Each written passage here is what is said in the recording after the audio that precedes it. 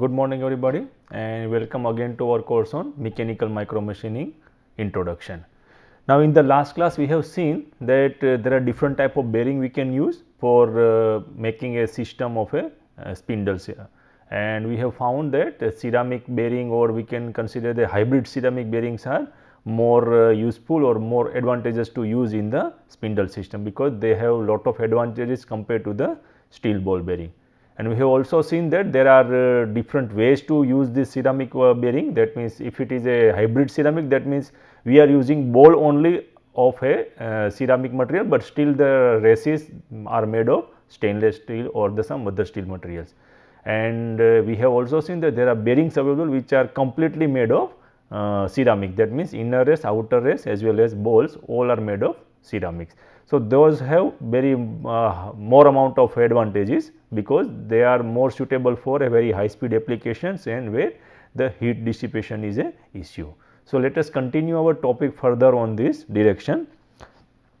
So we have discussed about the hybrid ceramic bearings, and we have done some work about this aerostatic bearing long time before, that is aerostatic guide ways. That means, what we have discussed at that time, that there are some of the ways by which we can move the component in x, y and z direction. At that time we have considered this aerostatic guide ways, but we can also make bearing also in a aerostatic way, so that we can make our system more and more frictionless and wearless. So let us discuss this thing. So now here the first thing is the electric motor with hybrid angular contact bearing. So here what we are doing, that this is mostly used for the high torque requirement. That means, whatever we have discussed in the last class or the before the last class, we were discussing about the bearings where we are using ball or the cylindrical roller bearing for motion transfer, right. So it is the electrical motor we are using there, and this is the hybrid angular contact bearing. So we are using ceramic as a one of the material for balls, and then races are made of steel. And here the what is the issue here, that we can mostly go with the maximum speed of a 60,000 rpm, because here also, even though we are telling that there is a less amount of contact, but still there is a contact. So whenever there is a contact, let it be line contact or the point contact, we always get a friction, and that friction in the contact bearing will actually create a problem when we go with a rpm more than 60,000 or something like that. So what is the problem, that it will become a more problem related to thermal expansion. The thermal expansion of the spindle will occur, and because of that you may not get the required accuracy in the machining processes. And so what is the solution for that, that instead of this particular contact bearing, we can use air bearing with a air spindle. So here what is the thing, that this is one of the general view of aerospace air bearing system. So here we have to supply air, so that shaft and the outer periphery should be separated by a film of air instead of a ball or any other type of media. So what is the advantages here? That advantage are that you can go with a speed of a 2 lakhs rpm. Even spindles are up to 5 lakhs rpm. It's still under research state, but somebody somewhere reported that they have already made this type of bearings, this type of spindle where it will run, it runs at a 5 lakhs rpm. But it produces very low torque here, because when you go with a extremely high rpm, at that time you have to sacrifice with the torque, but still that torque is enough to use for micro machining operation, because we know that our depth of cut is very small, and we actually go with a very low feed rate in this case, and our rpm is very high. So in this particular case, it should not be an issue that torque is very low. So we can use actually aerostatic bearing or aerostatic spindle for machining of a different kind of materials. So this is the most often used spindle for high precision machining tool, are mostly that is called aerostatic spindle. Why it is used? Because it has a high motion accuracy and capable of high rotational speed. That we have seen that you can actually, because of that air film, that you are not able to get any contact between the two relative motion surfaces, and because of that there is no wear and tear of any components, and you can go with a speed depending on the supply of air and what are the other accessories attached with the spindle. So, your requirement for a high speed rotation, high rotational speed is fulfilled by this particular aerostatic spindles. It has a lower stiffness than the oil hydrostatic spindle, because here the oil is a highly viscous. So, at that time you can actually play around the stiffness very high, but that low stiffness actually it is not an issue, but it has a very low thermal deformation than the hydrostatic bearing, hydrostatic spindle. So, here this is one of the downside of this particular spindle compared to hydrostatic, but mostly generally we do not go with the hydrostatic spindle in the high speed machining or micro machining center, because this load carrying capacity is very high in this particular case, but our case it is not the issue. So, that is why we generally go with the hydrostatic spindle for micro machining operation, right. So, it is widely used for the machine tool with a high and medium load carrying capacity, because that is where our particular micro machining field is fitting in that, because our load is not very high, but it considers the medium and the small load capacities. So, now let us see these things, that what things are there inside it. So, this is the one particular aerostatic spindle, and this tool is attached at this location, and these are the different opening by which you can actually supply the air, and then other than supply there you have to apply cooling also in some of the locations. So, you will get a different part, as well as you need a electrical connection. So, some of these things are the wires for rotating the motor, which is actually inbuilt inside this particular spindle.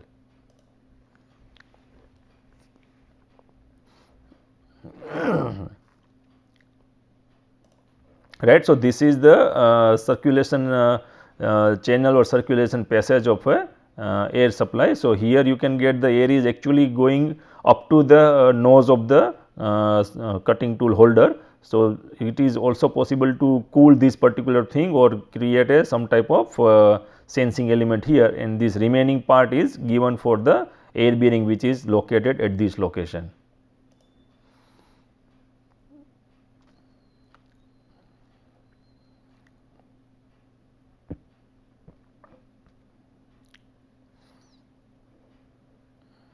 So, this is you consider as a closed loop continuously, because you can see that you are not actually dispensing this air into the atmosphere.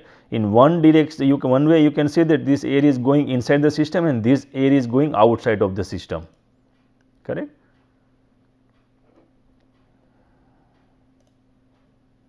Now, you can see that you will not find any type of ball bearing or any other type of bearing, because this bearing is a air bearing.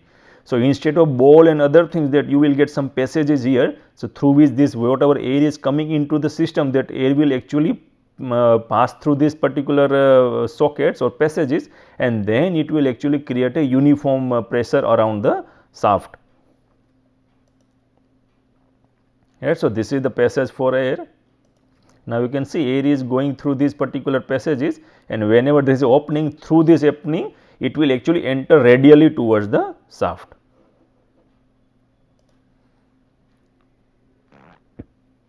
So, this is the inside view of that and you can see here that this is the inlet and this is the outlet, that means through which it is a vent consider, and this vent again go through this particular outer periphery, and then it will be collected through that pipe, which was shown in the few seconds before.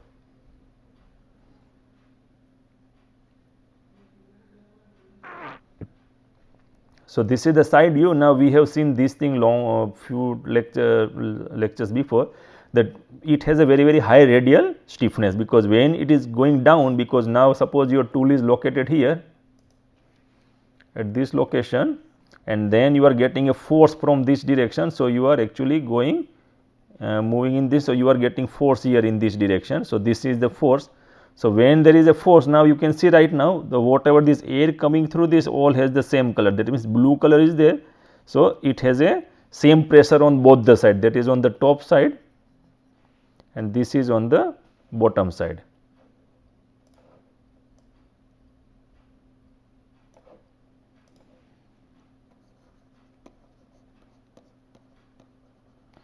Correct. So, it does not have so much of variation, but when it is under operation, that means you may get a radial load in the different machining operation. So, at that time what is going to happen?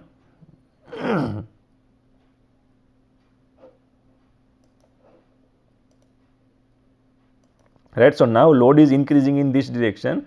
Now, you can see whatever area is coming from this location, it is in red color, that means here you are not getting enough area here. So, we know that pressure equal to load by area. So, here area is reducing here at that time, because of that what is happening, that your pressure is increased in this location. When it is going down, you can see that here area is increased. So, because of the higher area,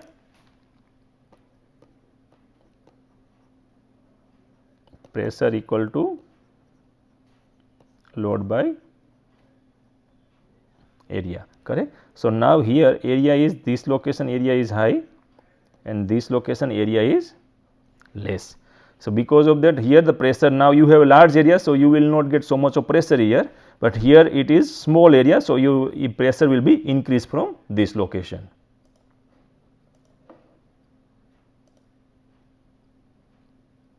Right. So, because of that problem, what is happening, that you will get a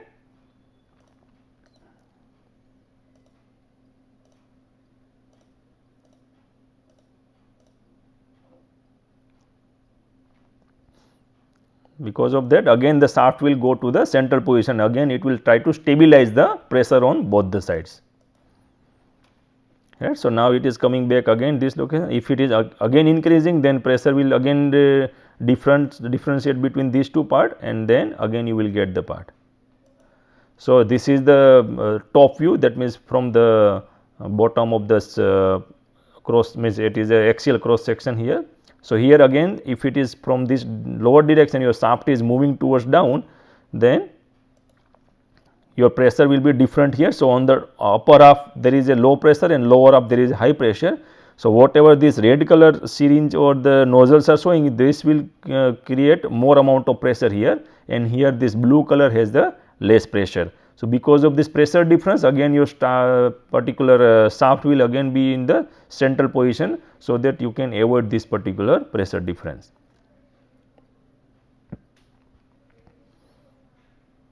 Correct. So, this is the way actually you will get the radial stiffness, and we know that this radial stiffness is very important when you do a milling operation.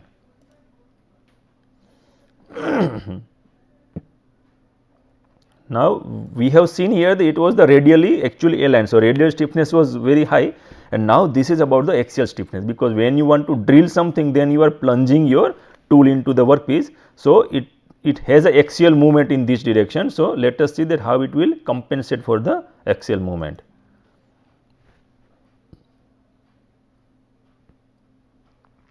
Now, see here right now, this is the things which is attached with the tool holder. So, this is the part of them, this is the system which is the which is coupled with the spindle system, and this air supply is coming from here, and then it is dissipated from these two direction, right. So, this is the open position where the air is actually creating film between these two system, on the spindle side and on the tool side. So, now we have to say that when this particular component moves in this side, right side or left side, depending on that it will again destabilize this particular, that means there will be a pressure difference similar to the things which we have seen just now for the radial direction. The similar thing will happen in the axial direction also, right. So, now the stool is moving down, at that time you can see that here gap is less now. So, your pressure is very high in this direction compared to this right side. So, left side pressure is higher than the right side. So, again it will stabilize, and now on, if it is moving on the right side, again pressure will be less on the right side and higher on the right side and the less on the left side. So, again it will be stabilized at the center. So, this is how it is happening. So, this way actually you can control the axial stiffness also, that means wherever there is axial loading or the radial loading variable, at that time you can compensate those things within the system without actually damaging the component of the bearing as well as spindle.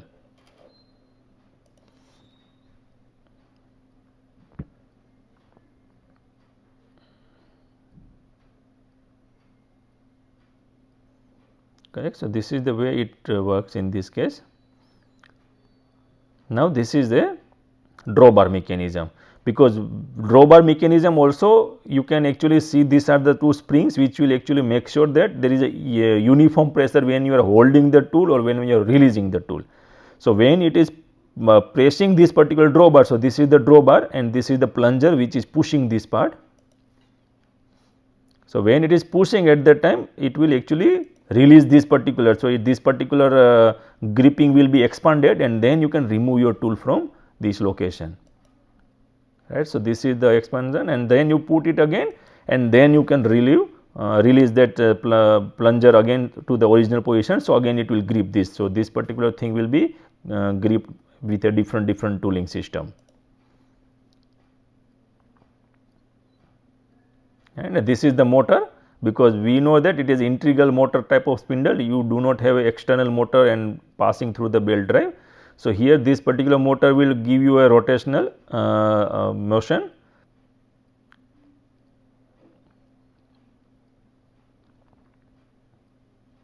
So, now again we have to actually measure the rotation RPM also. So, here we are they are using mostly the Hall effect sensor, because in Hall effect sensor now whenever there is open position, that means the distance between this face and this face is very large. Now, how it works? So, now this is the receiver and now suppose we make something like this, correct. So, whenever this particular portion is coming, so this portion is this one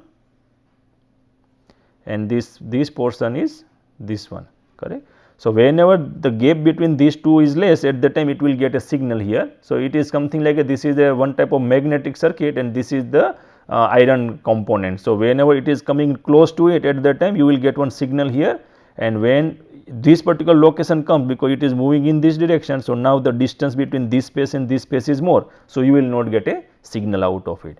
So, how many these type of sockets are created here in this case? So, you know then 360 you have this type of 4. So, we will get 4 signal, that means it has completed one rotation. So, similar way how fast you rotate, depending on the faster you will get the signal out of it, and then you can measure the RPM of this spindle, right. So, wherever it is going out, at the time it is creating one signal out of this, and that is the way you can measure the RPM. So, here they are not probably using any type of rotary encoder, but they are using Hall effect sensor.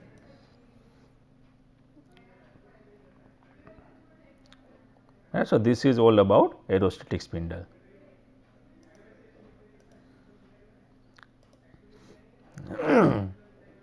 But there is still one problem in aerostatic spindle also, that is called spindle warpage. There are a lot of passages through which air is coming,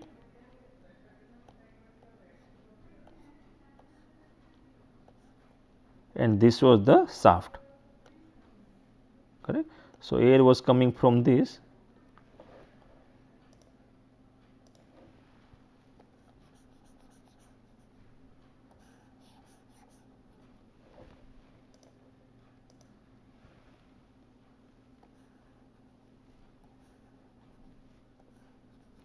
right. Now, consider the when air is coming, at that time we know there was shaft was in motion, that means it was in rotational direction. So, a shaft was rotating in any of this direction or that direction. So, wherever this air is plunging or it is striking the surface was variable, that means every time it is getting a new surface here, and whatever air we are using here, this air is very cold and compressed, because we need a completely dry air and without any type of water content or something. So, mostly it is cold and compressed air is coming. So, when it is striking continuously onto the spindle, then there is what is going to happen, that depends on that this particular area will be very cold. So, these are the cold spot.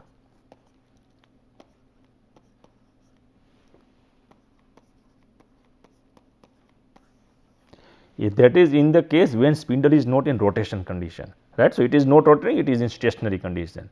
So, let us see that what things will happen and how this warpage will create a problem. that when the spindle is motionless for a prolonged period with a cold air impinging onto the same location. So, that is what is happening here. So, at that time what is happening, the differential contraction among the location in the spindle will takes place, causing the spindle to warp. So, because of that we know that this is the one we are, let us talk about the single only. So, our air is coming from this and this is our shaft, right. So, it is continuous, it is not rotating. So, only this particular location it is under very low temperature, rest of the thing is mostly stabilized, because whatever the temperature you are using for the system, that will be the temperature of this particular shaft, because we are not rotating it. So, here this type of points are many, because this is the one point and on 360 degree if you consider this is the, and you are putting consider lot of points 8 or 9 points here, at that time at every point your shaft will be under this type of temperature difference, right, and remaining portion will be on the same. So, that is we are looking from this part, and if you see this particular lengthwise, then we are putting one thing here, this is the one length, this is the other way and this is the probably third way. So, this particular portion does not have temperature variation, but these are the portion where you will get the temperature variation. So, because of the large variation in the temperature at different location, what is going to happen, that your spindle will warp.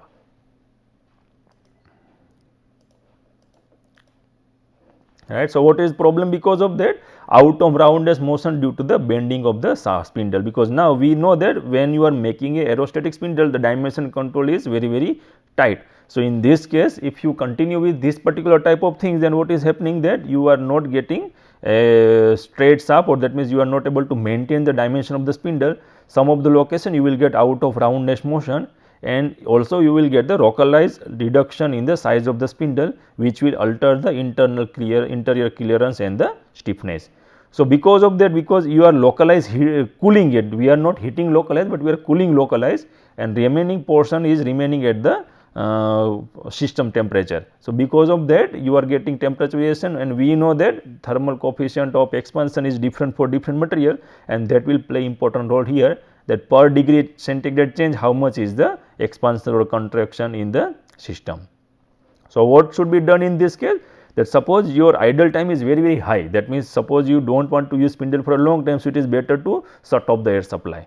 And if you think that your idle time is not very high, then what you can do, you can actually provide a very small amount of rotation to the spindle. So, you continue air supply, but you rotate the spindle at a low RPM even without doing any operation, that is in case of the idle time is low. So, in this both the cases what you can do, actually you can reduce the temperature gradient in the spindle, and you can reduce the warping of this particular part. So, that is the one thing we have to take care during the use of aerostatic spindle for different micro machining operation, because we know that even few micron here and there will play important role or create a lot of problems in the micro machining features,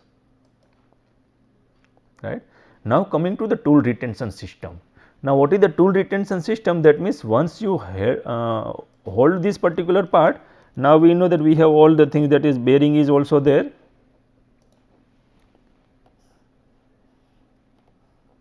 right. So, this is the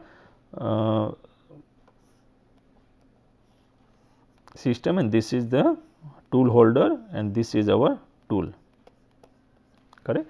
So, now there are three locations where we need a joint, right. So, this is, let us consider this is the spindle system, this is the tool holder, and this is the tool, right. So, what things are there, right. So, this is the one joint where the tool is actually grip inside the tool holder, and tool holder is again actually inside the spindle system. Now, what is the run out of this particular thing, that also makes a problem for this particular, the how what is the precision or what is the accuracy at which you are holding this particular system. Now, if you consider that if you this particular thing is exactly concentric, that means this is the axis of the spindle system, and then you are putting the tool holder in that both things are matching, but from tool holder to the tool it is not matching, then you will get run out of the tool run out. So, in this particular case there is a problem. Now, if both the things are working fine, this things is correct, but there is a problem in the tool holder which is going to fit into the spindle system, then again you will get a very large amount of tool run out. So, how accurately you are fixing this thing, that is one issue, and once you start machining operation, then again you will get a different type of forces in different directions. So, at that time how this thing will behave under dynamic condition. So, how perfectly you are gripping the system from spindle to tool holder and tool holder to tool, that will actually create a judgment that how quickly or how accurately you are making a part which has a dimension in a tens of micron. So, let us see that what are the different type of retention systems, so that we can understand that which one is better for micro machining operation or micro machining tool. Right. So, this is the CAD, BT and ISO. This is very routinely used system, which is a high steep taper and high speed spindle designed to use in the micro machining center must be able to automatically change the tool. So, that is mostly in happen because we many times we need a tool change because we want to create different type of dimension or different type of features onto the surface. So, mostly it is done by the CAD, BT and ISO. These are the three different standards by which it is defined, and these are the things because here we know that this is well known thing. So, there is a high steep taper. So, this is the thing, and then whole thing actually this whatever is there, your spindle is located at this location. So, it has also one taper. So, this taper in a tool holder taper is matching, and then it is actually pulling by a stud. So, this way you can get the insertion of this particular tool holder, and then tool is attached at this location. Okay. So, these are the CAD, BT and ISO type of standards. Right. So, it has a generally it is a taper is 7 by 24. So, what is that 7 by 24 taper? That suppose you have a length of a 24 inch. So, within the 24 inch whatever the taper is this taper is 7. So, now consider this L is 24, right. So, whatever taper you are getting here, so this is the taper. So, this taper is the 7. So, this is a 3.5 here, 3.5 here, correct. So, this is the taper. So, from this particular thing you can consider this is the part. So, this is the spindle,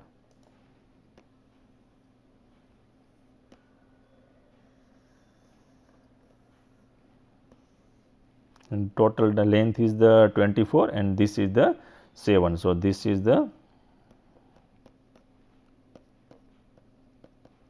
3.5, 3.5. So, depending on that you will get one angle, mostly this means this particular angle is something 8 point something is coming because this total angle is 16.23 or something is there. So, this is mostly you will get the angle is 8 degree or 8 degree and some point fraction of digit. So, this is called the 7 by 24 taper. Okay. So, taper tool holder establish their axial position in the spindle through the mating of two tapers. So, now we know that this is that one taper. So, on the top of that you spindle have one taper that is also exactly matching this part, otherwise you will get a wobbling within the system. So, this is the taper into the spindle, and then we have a knob here. This knob will be pulled inside and then these two surfaces will be in contact, and because of that contact you will get a friction here. This is a frictional joint, and then you this particular spindle whatever the RPM your spindle is rotating, the same way your cutting tool holder will also rotate. But this is mostly used for conventional thing, because when this thing was developed at that time there was no much boom or no much progress in the micro machining applications or machining at a micro scale. So, these particular standards are not actually designed with consideration of the micro machining part. So, we will discuss more about these particular things into the next class, that what are the other standards which are specifically used for machining of a micro machining part, and those standards, so that means that particular system will be used for a micro machining machine tool. So, that you will not get so much of problem, and those problems are actually associated with this CAD-BT ISO standard. Thank you very much.